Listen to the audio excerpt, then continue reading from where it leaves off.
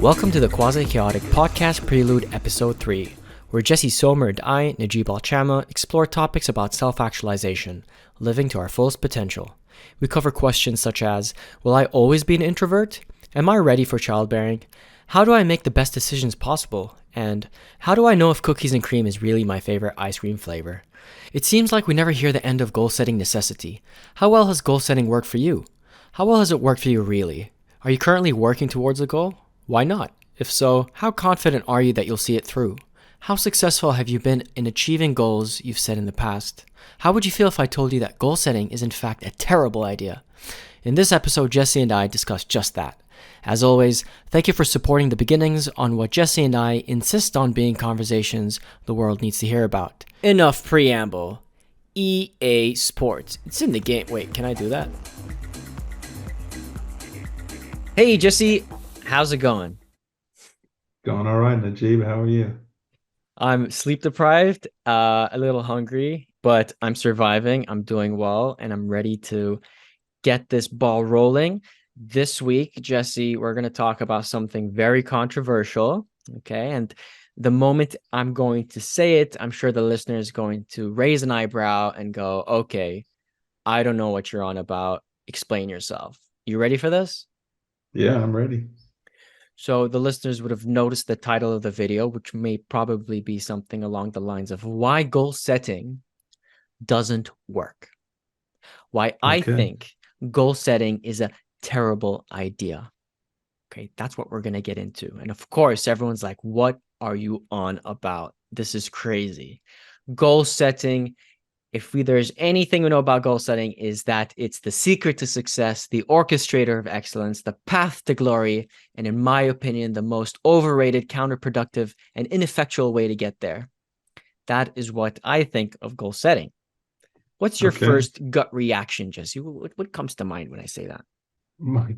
I'm someone that has read a bit about goal setting, so I might not be the average person, but I would say that historically speaking, yes, most human beings would imagine that if they wanted to achieve something great in their life, they would set a goal and then they would work towards it, and that they would never achieve that goal unless they set it first and set steps in place to get there.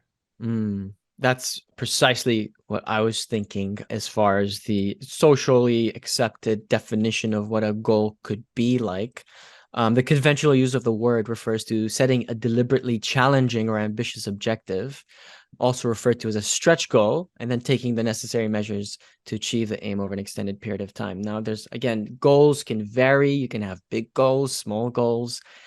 And whilst I did not mean for the title of the video to be clickbaity, I'm more referring to these more ambitious goals, these stretch goals. And I'll define what that means in a second, more specifically. Okay, so that's what we want to talk about. So we're talking about goals like big dreams, big salaries, a big house, big experiences that await us, right?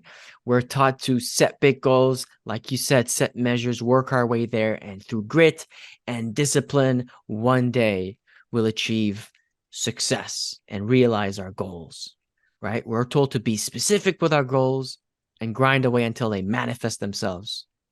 And here's the thing, Jesse, if realizing goals was that straightforward, I wouldn't be talking with you, the listener wouldn't be listening, and we'd be an interstellar species by now.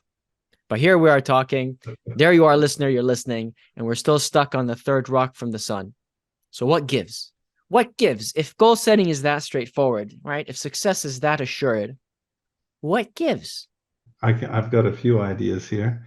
There could be some cognitive dissonance there. So, for example, there's a lot of people out there who have goals, and a lot of people they fail, right? Those people don't write books, and if they did write books about failing to reach their goal, the publisher probably wouldn't be so interested in publishing it.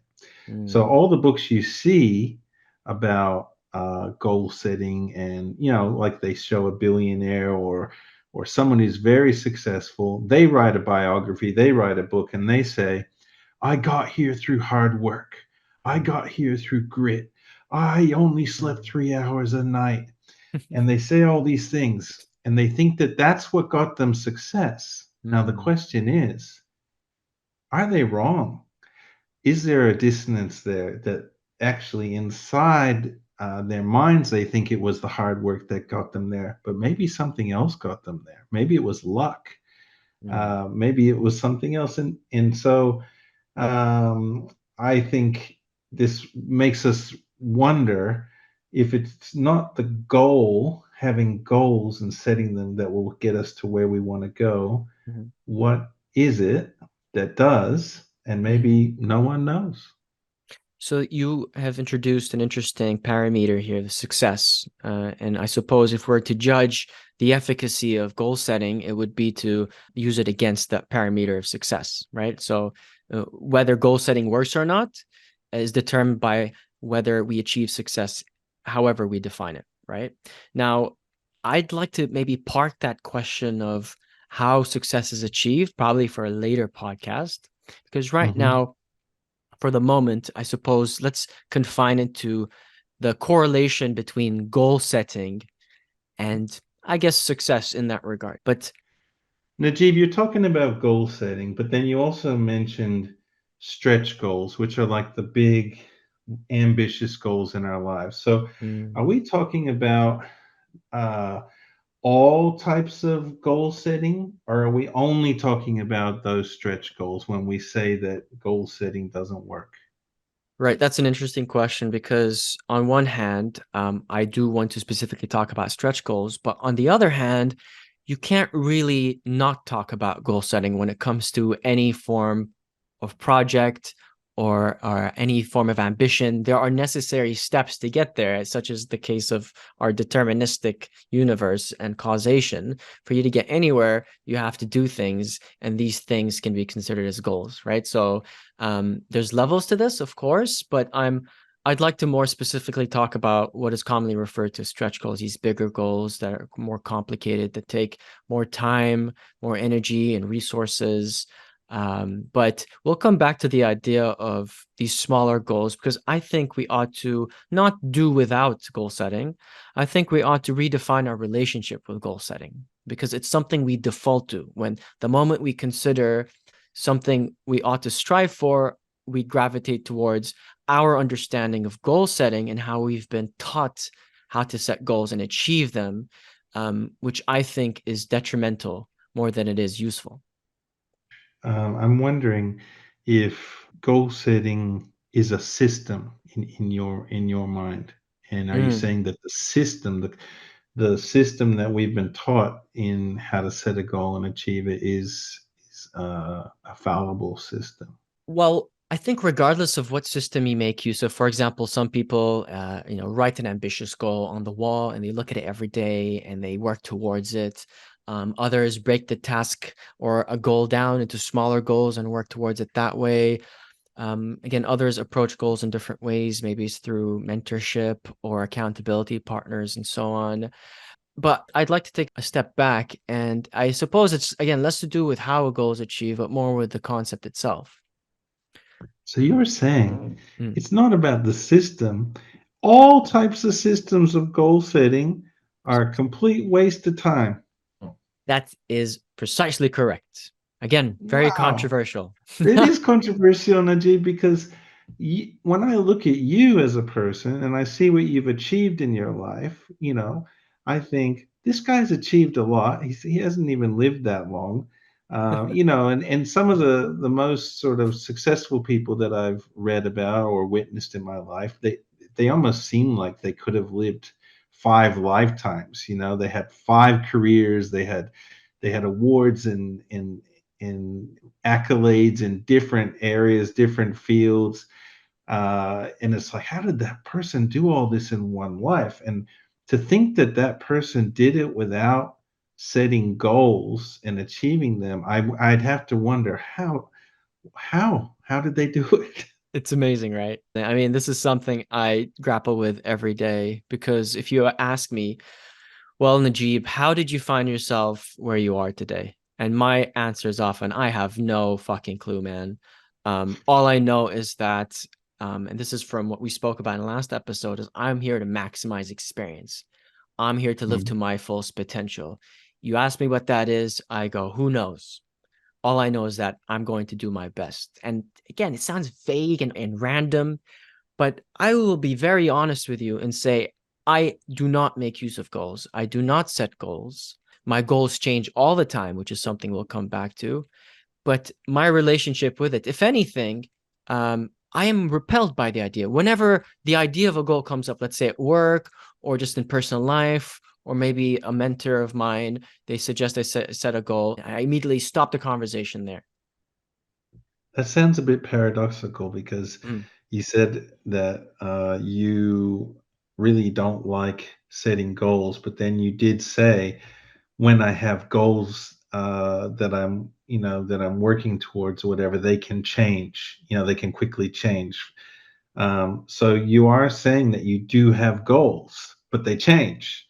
But if you have goals, then you've set goals, right? No, that's definitely a good pick. And that honestly, that has more to do with semantics because the word I should have used was aspirations, which Okay. I delineate from goals and goal setting. Because again, I think it's this umbrella term that's been confounded with a lot of doxa, a lot of what I don't agree with in terms of beliefs and norms of approaching projects or goals, for lack of a better word. So that's what I should have said. I have multiple aspirations. I maybe you could even consider them to be impulses. Well, yeah, after our last podcast, I thought, geez, I've just talked about doxa as if I know what it means. Mm. So I did look it up, and basically it says it's a common belief or popular opinion. So to me, it's like it's popular opinion that we call ourselves human beings, right? Mm. So I presume that's a form of doxa. Is that true or not true? That's right. It comes without saying because it goes without saying, or rather, it goes without saying because it comes without saying. It's just one of those things that's inherited through conversation. You hear about, you read about, you don't really question. So again, just going back to what you pointed out earlier is, well, Najib, how can you say goals don't work and you're repelled by them, yet you say, your goals change? What I meant to say is my aspirations change, my impulses change, what I think I ought to be working towards changes all the time. And such is the title of the book, Necessitating Change, because I prioritize change over everything else. Now, you might ask, and it may be a question we return to, which is, well, if not goal setting, then what is it that you do? Yes, I think that's a loaded question. We come back to that. But I just want to further explore why goal setting, in my humble opinion, doesn't work. I mean, it sounds like you're the type of person who, and this is unusual, I haven't met too many people like this who actually embrace change. Most people who I mention change to, like they think change is very difficult. That's an assumption. That could even be doxa, like in the sense that it's a common belief among society that change is difficult, right? Mm. But then if your aspiration that you've decided personally is to consciously change as much as you can, and sort of, I imagine it's like, oh, I'd like to try that. No, that would be difficult. And internally you say, it's going back to what you said about the amygdala, Amygdala. amygdala. That's right. The fear kicks in, and then you say, no, no, I'm not going to listen to that. Just because you kicked in and told me not to do it, I'm actually going to go and do it. Mm. And you aspire to do so many different things, and you're saying that you have achieved the things that you've achieved just by aspiring to do different things and then following through because you were passionate about it. That's right. That's right. And much of whatever I don't like to use the word, but success that I've found has been serendipitous, right? And you mentioned luck and success earlier. And again, I'm sorry, listening to have to say this, but it's a conversation for another day. I will say that, a lot of people say, "Oh, I'm great. I'm the best, right, at Mm, what I do." Like I heard someone talking, it was a jujitsu world champion talking about how he was the best and everyone else wasn't mm, as good as him. But the truth of the matter is anyone who rises to the top in any area usually has a team around them, has a mm-hmm, network, in this case, trainers and coaches, support system, uh, and then you can even look further and say, well, it's easy to say you're the best, but there are a lot of people in the world who never got a chance. And I'll just give this one example. So when you watch the 100 meters, men's 100 meters at the Olympics, it's usually these days an American, Canadian, or Jamaican who wins, right? You mm, don't see any people from Fiji there. Well, I mm, used to live in Fiji and I was pretty fast as a kid.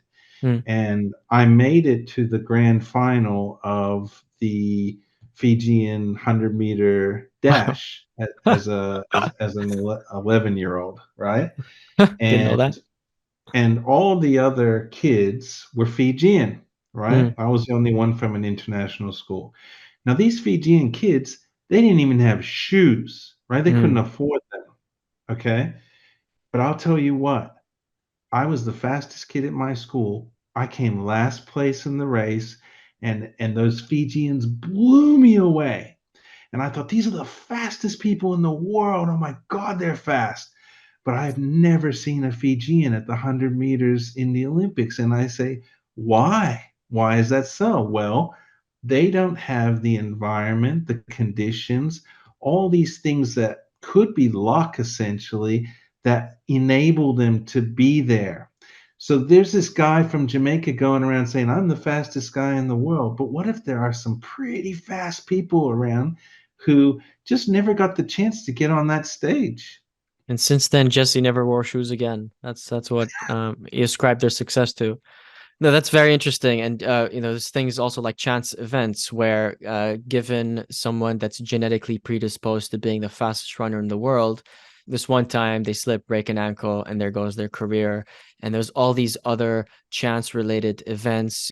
The chance that you got born to a stable relationship between your mom and dad, the chance that you grew up in a family that could sustain your well-being, right? And for an education and so on. Like there's all these parameters that influence success, right? But just drawing it back to goal setting, because now what I'd like to talk about, Jesse, if you don't mind, the pivot is I want to talk about what I think goal setting doesn't work, because I've had a lot of shit to talk about it, but I need to back it up, right?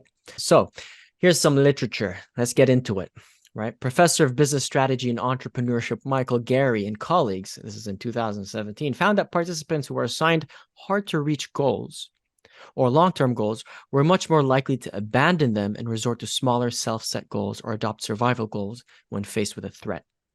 So this reminds me of the many times I've set goals in the past. I mean, I grew up in a Middle Eastern family, and my dad was very much, I guess, a high achiever with respect to the people who he grew up around, and so he had very high expectations of me. So I grew up around the narrative of, well, one day, Najib, you're going to grow up and you're going to own that building. You're going to be rich. You're going to be the smartest person on the planet. And every time a prodigy would show up on TV, my dad would point and go, "You're going to be that one day." So those are the sort of goals I grew up Those are with some some big goals. Yeah, those are I don't pretty know if goals. every average Joe, so to speak, is being told those sort of goals by their parents. Right. And it's all respective to where you are, and others may be setting goals to become doctors or engineers or even to have a family. It's all relative to what's around you. But anyway, a stretch goal, uh, once again, is something that's ambitious, and what's ambitious is relative to your circumstances. So let's not forget about the relativistic nature of stretch goals. But anyway, I would set some goals, right? And I'd go, all right, what would it take for me to start up a business, to get rich? And almost immediately, what would happen is the goalpost is so far, so out of reach, right? That any hope of getting there just becomes destitute of any hope. The goalpost is so far that I almost immediately find myself giving up because I can see the grind. I can see the steps I would need to get to where I'd need to be. And in a way, it never panned out the way I expected it to. Like, because I would assume that I'd wake up every morning motivated and driven and consistent with my workout regimen or my studying. But it was never the case where I felt driven consistently to and ever get there.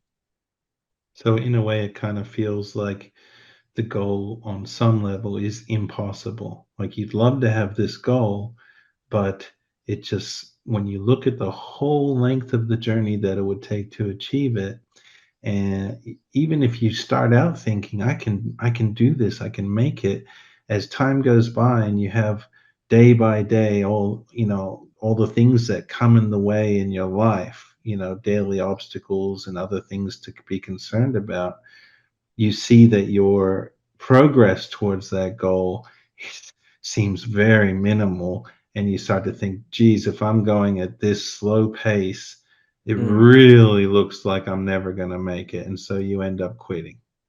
And the thing is, you might be going at the right pace because the easy thing about stretch goals is that what steps you need to take to get there seem very obvious.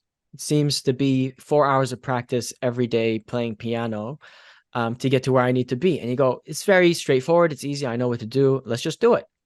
But what we often forget or don't or are unaware of is all that goes into the practice, how the practice is conducted, with whom, where the motivation comes from, the passion required, our relationship with the task itself. Oftentimes, the people we regard as successful in a particular field, it is something they love to do. It's something they go to sleep and wake up doing.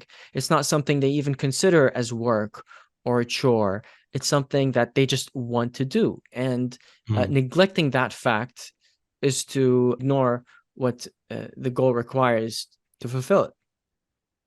So what you're saying is that the reason people achieve their goals, so to speak, might not be because they set a goal. It's just because they found something in their life that they really love to do, and they believed they could do it. They didn't Mm, quit on it. They stuck with it. Because you hear a lot of people, you hear these stories of people on their deathbeds, and the people ask them, what are your five main regrets in life? And a lot of them say, I wish I had done what I wanted to do. mm. I wish I had followed my dream, because maybe these people who are successful in all these areas, like you said, they're following their dream, they're doing what they really like to do, so it doesn't feel like work anyway. Hmm. That's right. And what's interesting is people will point to certain others who've maybe pursued goal setting strategies and have arrived at competitive success, not realizing that it is just statistical probability that out of the 2,000 students in your psychology degree or 2,000 students in your engineering degree or whatever field that you're working in, maybe 5% are genuinely passionate about what it is that they've committed themselves to, and everyone else essentially pursued that degree because of whatever parental expectations, or they just didn't know any better. And for whatever Mm. reason, the goal setting works for them because it's not necessarily the goal setting that's getting them far, right? It's essentially the passion that's carrying them through the work it would require to attain expertise in that area. So there's Mm. many factors to consider here, but just on the topic of literature I mentioned earlier, which is it was found that people that set hard to reach goals oftentimes have to resort to smaller set goals. And the technical word used to describe the detrimental effects of stretch goals that lead to smaller self-set goals, by the way, which involves disappointment and a sense of insecurity, not being able to fulfill a goal, assuming everyone does. because that's all you see on TV these days are the violent exceptions of success stories, whereas the 99% of other comedians and actors and scientists and mathematicians, they lament over the tear-soaked pages of their work that never see the day of light. We don't hear about those, but we just hear about everyone successful. So obviously everyone knows how to set goals and they work for them, but for me, they don't. I digress. But the technical word used to describe the detrimental effects of setting stretch goals and then failing to arrive at them is called extinction. That's actually how it's operationally defined in psychology, is extinction. The loss of reinforcement for previously reinforced behavior, which kills motivation. Okay, so for example, if you go to the gym and you're very consistent with going to the gym and maybe you're enjoying it, but you set the stretch goal of getting ripped and jacked. And when you walk down the street, everyone's going to look in your direction and look at the muscles on that person. If you set a goal like that, and after a year's worth of work of going to the gym day out, right, in which you ought to be proud of yourself, your stretch goal has in a way killed your motivation to pursue this healthy habit, this healthy behavior. And we call that extinction. Because now you might be wondering, what's the alternative to stretch goals? Well, your inference is that stretch goals are unobtainable. Are they? They are attainable. It's just that for most people, for the vast majority, I want to say the 98% of most people that haven't pursued something they are deeply passionate about serendipitously, for them, it just does not work that way, right? It doesn't work in a way where you've set this stretch goal of having a six pack and you're eating super strict. And every day, because you've set such a high goal at such a fast pace, you're going to be disappointed, but still continue and persist. Most people, that's just simply not how they operate. But I'll give you another bit of literature here. Professor of Management and Organizations, Lisa Ordonez, I think she's Argentinian, argued that the beneficial effects of stretch goals have been overstated, concluding that such goals can inhibit learning, distort risk preferences, and reduce intrinsic motivation. And this has a lot to do, with main character syndrome. And you imagine that you're the protagonist of the story that is your life and the world as you see it. And you watch a lot of movies and comeback stories, and you go, yeah, that's going to be me. I know right now I'm just going to finish this tub of ice cream, but tomorrow you'll see, Jesse, you'll see. I'm going to get on this regiment and I'm going to grind away until everyone's jealous of me. But that just never happens. That just never happens. How many times have you heard a story of goal setting, right? Of somebody that set a goal, he said, oh, Jesse, I'm going to learn how to play the piano. I'm going to learn how to play the didgeridoo. Jesse, I'm going to sell the business and I'm going to travel the world. I'm going to leave this job and find new work. How many times have you heard that? But it just never happened. A lot. I hear all the Let time. me let me jump back a step. So it sounds like you keep coming back to this idea of serendipity, right? And the importance of serendipity or serendipitous behavior. Can you let the listeners know exactly what you mean by that? Because serendipity to me is about like when something happens that you didn't really anticipate and it's fortuitous, like you drive into this car park and there's 500 cars and there's 500 car parks and just one pops open right when you arrived right in front of you. That seems serendipitous, right? So how does that relate to this philosophy on life? So the first example that comes to mind is how I came across this amazing, fantastic psychology tutor who's helping me through my psychology degree. I'm so lucky to have found her. And I attribute a lot of the recent success I found with my assessments to her. And others may have met other tutors and they may have not been as productive with them. Actually, the reason why I was looking for a tutor to begin with is because of a particular poorly designed unit I did in my first trimester that I had a lot of negative things to say about. Had I not gotten a poor grade for one of those assignments, had I not done that, maybe I may have gotten distinction instead of a credit. I may have not felt compelled to look for a tutor, right? And as a result, having met Beck, if you're listening, I love you so much. Had I not met Beck, I would have never, in turn, felt motivated to write better lab reports and critical reviews. And as a result, I would have never took interest in pursuing extracurricular academic volunteer work, which I've now found myself doing, helping as a research assistant in a clinic of psychologists.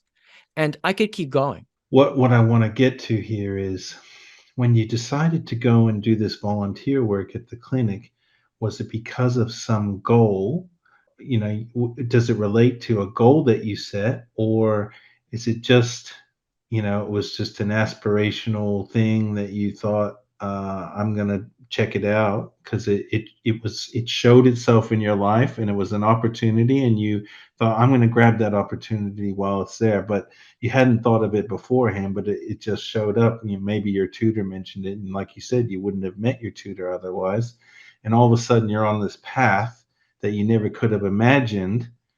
So it is sounds like luck's involved, but also, you're working hard, you're passionate about what you do, but this you didn't make that decision like to take on this tutor and to do this clinic work because of the goal, like the long-term goal. You made those decisions for other reasons.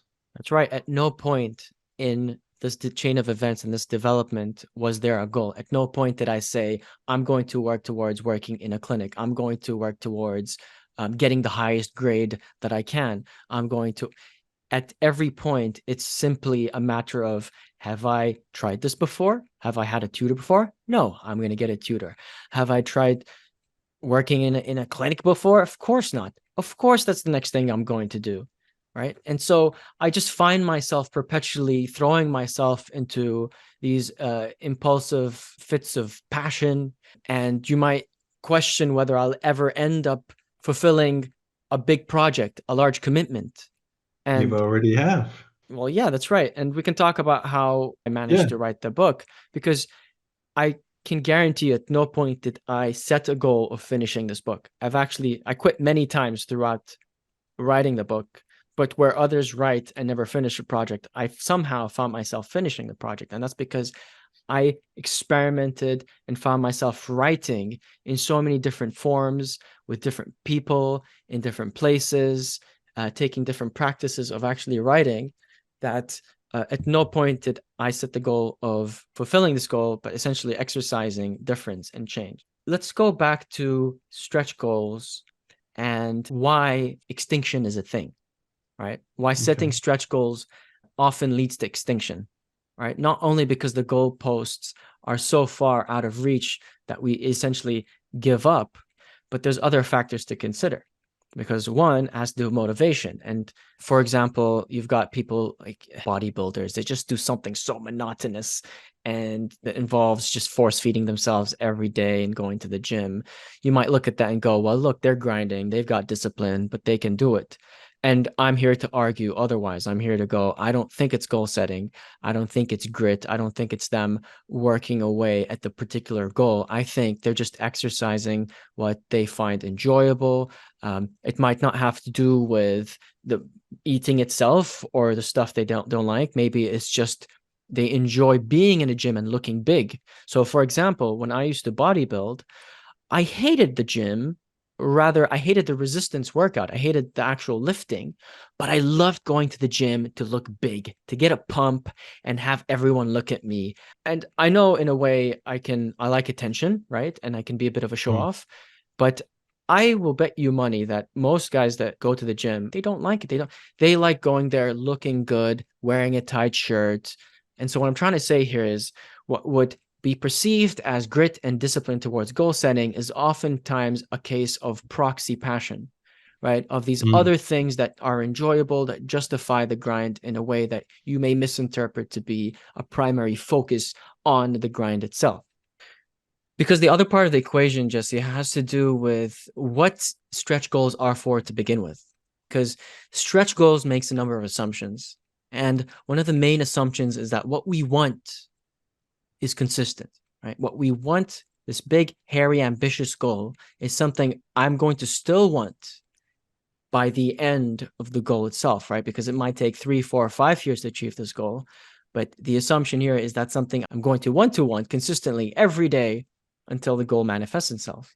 So there's a few questions to ask here, which is, how do we even know this is the goal we want, right? What is this goal based on? How much are we willing to sacrifice for what we are not certain of? Did you happen to watch, say, a 2-minute video clip of a street performer attracting everyone's attention, playing on the piano, as I mentioned earlier, and then decided that's going to be my goal for a year? Like, was that how you came to the decision that this is the goal I want to set?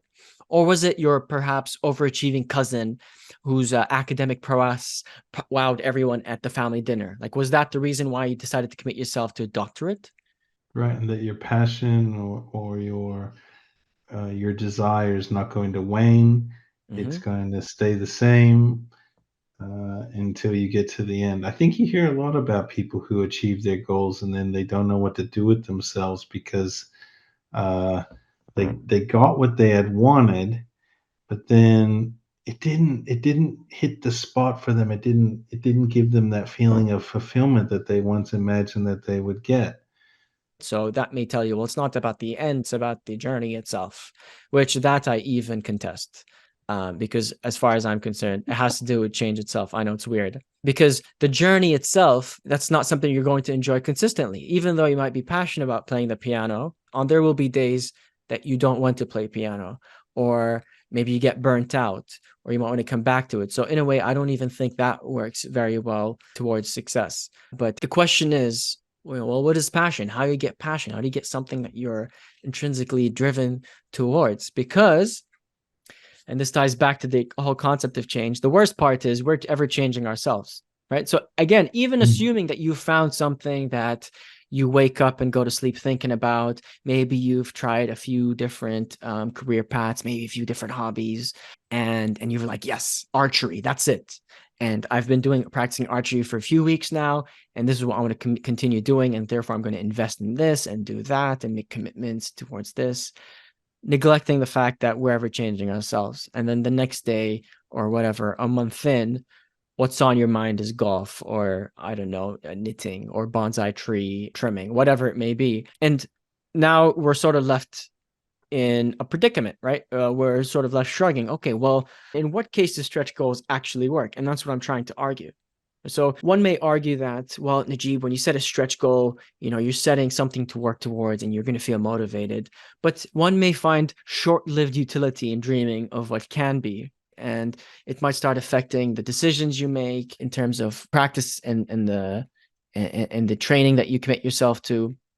But it is when the means by which the goal is achieved turns sour, or the goal itself is no longer desired, that we find ourselves reluctantly chasing a lost cause for no other reason than to fulfill a promise and avoid the consequences of surrender. So, my question is then, is this commendable stoicism or is it misguided masochism? Right? Which of the two is it? What say you to that? I sort of got stuck back on when you said it's that you disagree with the idea of it being about the journey and not the destination as well, because a lot of people say it's about the journey and not the destination, and I have agreed with that. Can you tell me why the journey isn't what's important? Well, if we're talking about attaining success, if we're talking about the development of a skill, right, or working towards an accolade or an education, as far as the different strategies we can take to work our way there, I think focusing on the goal is self-evidently not the best approach. Specifically, stretch goals. Again, something that's Mm. completely, or not, I shouldn't say completely, but seemingly out of reach. And, the sense of satisfaction is so far away that you're completely left empty-handed in terms of that fulfillment. Like this fulfillment, this thing that you're working towards that you want to feel is so far away that you're not getting any taste of it. And therefore, what you want is not what you're getting, right? Which is oxymoronic. Mm. The question is, okay, how do you get somewhere far? How do you pursue mastery and competence, right? But still be able to get off the ship with transferable skills, valuable lessons, a regret-free narrative towards now your next best aspiration, which may again be temporary. So in a way, my operating system doesn't work on goals, or at least stretch goals per se. um, I operate on intrinsic change. I operate on ambition, impulses, and I let them lead me towards success, whatever that may be, because I don't set goals; they sort of set themselves. And the sort of serendipitous opportunities I find myself encountering, those are things I'm enjoying, I'm finding fulfilling, and I let the course of serendipity lead its path towards my full potential. You mentioned there that the goals present themselves, or the goals, you didn't create the goals and then follow them. The goals kind of came to light, almost external to your own volition. Mm, Like they appeared, and mm, and I and I think uh, what you're saying is that these goals that appear serendipitously, and because you followed your passions, you haven't set them as such, they just appeared. And that's the big difference, right? That you didn't set something and follow it, that something just was formed naturally by following your instincts and your passions and what makes you happy, etc. So those types of goals probably easier to hit, so to speak. I might be wrong, because they're not something you set yourself. They're like the natural culmination of all these events that happen before them. yeah, the efficacy of any model or strategy we make use of is subject to the environment it's used in. You Mm, mentioned in the very beginning that historically speaking, goal setting seems to work. And it did. And that's because it had a lot to do with the nature of the environment that people lived in. Very static environment. Maybe it was a village of a few hundred, maybe even less. Everyone had their role. There weren't that many changes, whether it's different opportunities, professions, people. It was pretty much that was it. Here's what we're doing. You could be a milkman for generations and no one mm, would bat an eye. Like, yeah, my dad was a milkman, his dad was a milkman, a blacksmith or whatever. I mean, there's last names that are based off of professions, right? mm, It's gone on for generations. And so in that environment, goal setting seemed to very much work. Right? In an environment where there's not much changing, right? And you didn't change as much, goal setting mm. worked.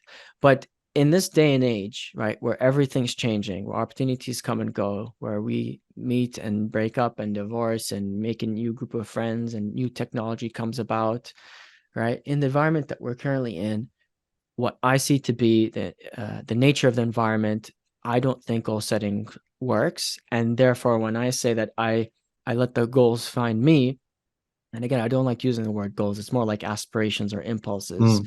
or points of interest. That's just me taking into consideration the nature of the environment we're bound to and letting it run its course. Because that, in my opinion, is better suited for this ever changing environment. I think you've come to a conclusion there, like that we didn't start out with. It's not just that you don't agree with goal setting, and that you think goal setting leads doesn't lead to good things, or it always fails, etc. You're saying that the current environment that we live in this time, this era, uh, it has made it so goal setting is no longer Mm, uh, a great way of having a good life, achieving your aspirations. mm, So it's like we live in this time of great change. You have so many different opportunities. You could be so many things in your life and do so many things. And so the traditional way of setting goals to achieve them isn't the best way to achieve them. And so what we're looking at is, mm, and I know we weren't going to look for answers today. mm, We were mm. just posing the question, That's right. uh, but what we're asking people to question is, what might be another way Mm, to achieve their aspirations, to live the life that they dream of, to be happy, to do what they meaningful things where they think they lived a valuable life without the process of setting goals. Hmm. What's another way or other ways? What are other ways of making this happen That's right. in And it's this environment? That's right. And it's this incompatibility that we ought to recognize. And again, that's the point of these first few episodes, maybe for the foreseeable future, is raising questions against doxa. Again, these inherited beliefs, this common sense, these things we don't question. Consider what you're doing and ask yourself why it's not doing. Again, we're not an interstellar species. If goal setting was that easy, there wouldn't be all the suffering in the world. Why is that? Why don't we ask ourselves these questions? Why don't we go, wait a minute, this thing that I know simply does not work, and maybe it works for a few, I don't go, wait a minute, maybe there's a different way of doing it. Maybe I'm wrong. Maybe goal setting isn't the way about it. And maybe in a way, we're leaving our listeners with more questions than answers, because I think that's how we're going to get anywhere. That's how we're going to make a difference. I can't tell you facts and have you change your mind. We can start asking you questions for you to sort of think about why things aren't working, and then maybe you could be more open to alternatives. So I'm not suggesting, and to conclude, I'm not suggesting we rid ourselves of goals altogether, right? But instead to redefine, to reframe our relationship with the very idea of them, right? We are taught to think before we act, a maxim of general great utility. But how much thinking Mm. is enough? How much thought justifies the means to an end?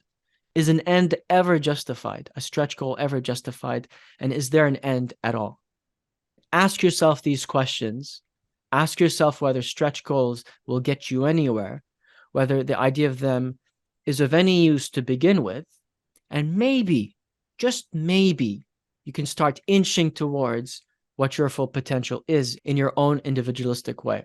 I think that we looked at this idea of goal setting in a new way that I had never really thought of it before. Like you said, it's one of these things where it's a common belief that we all accept that if you want to achieve things, you have to set goals, and there might be a whole bunch of people with different systems on how to do it, but actually we live in a different era of humanity, and that different era may be it may require us to take a different approach and to be willing to change our minds and say, well, maybe setting goals isn't the only construct or method to which we can be happy and to fulfill our purpose and have meaningful lives. The Now, first step to redemption is awareness. So, with that said, until next time, ladies and gentlemen, live until serendipitously. that's perfect. Oh, that is serendipitously. Thanks again for taking the time to listen to the Quasi-Chaotic podcast prelude. We'd very much appreciate your feedback, what you liked, what you didn't like so much, and any suggestions you may have. Until next time, stay serendipitous.